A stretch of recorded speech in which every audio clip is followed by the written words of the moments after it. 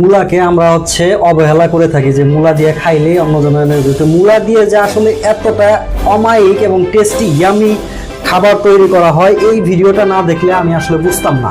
দেখেন যে মূলাগুলাকে ক্লিন করে একদম পরিষ্কার করে ফেলা হইলো, তারপরে এগুলাকে বেছে বেছে তারপরে এই যে চামড়াগুলাকে সুলিয়ে ফেলা হচ্ছে, চুলানো হচ্ছে। চামড়াগুলাকে চুলানোর পরে সে স্বয়ংক্রিয় একটা মেশিনে দিয়ে দিল, তারপরে এগুলাকে কেটে কেটে কুচি করে তারপর আবার পানিতে দিয়ে সেগুলাকে ধোয়া হচ্ছে। আসলে মূলা দিয়ে যে এত মানে এত টেস্টি একটা খাবার হবে এটা আমি কখনো কল্পনাও করতে পারিনি। দেখেন সে এগুলাকে কুচি কুচি করে ছোট ছোট করে কেটে এগুলাকে একদম স্বয়ংক্রিয় মেশিনের মাধ্যমে, সব কিন্তু স্বয়ংক্রিয় মেশিনের মাধ্যমে করা হচ্ছে। তারপরে এগুলাকে মিক্স মশলা দিয়ে দেখেন কত সুন্দর একদম মিক্স করে ফেললো, তারপরে একটা কন্টেনারে করে তারপরে আবার আর একটা ট্রেতে ঢালতেছে। তারপরে এখানে পরিমাণ মতো কিন্তু সস টস দিয়ে এগুলো প্যাকিং করা হচ্ছে। অসাধারণ অসাধারণ এমনি একটা ফুড হচ্ছে মূলা লাভারদের জন্য।